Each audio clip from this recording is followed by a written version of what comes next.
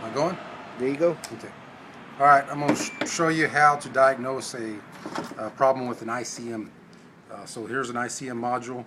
Um, we can test this thing for leakage or failure in two different ways. One, you got a self-latching plunger, so you can pull this item out. If it's kind of stuck, these are self-latching, so if they're stuck up in there, you can just bump them and they'll come on out.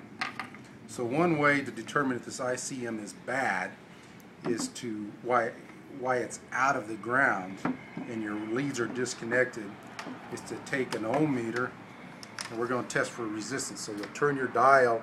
This particular one does not have a dial, it's automatic regulated. So here I'm going to check for ohms, and that's resistance. So turn your dial to the ohm setting, and you're going to take one lead, put it on the put one lead to the red wire, and take your other lead, you're going to touch the core inside. And if you get any resistance at all, any reading, then you have leakage through that coil, and that ICM is bad. So test the red lead just like that, and then also test the black lead as well. So kind of hold it, try not to hold it with your fingers when you're touching. And you can see by the instrument I have a blank reading. So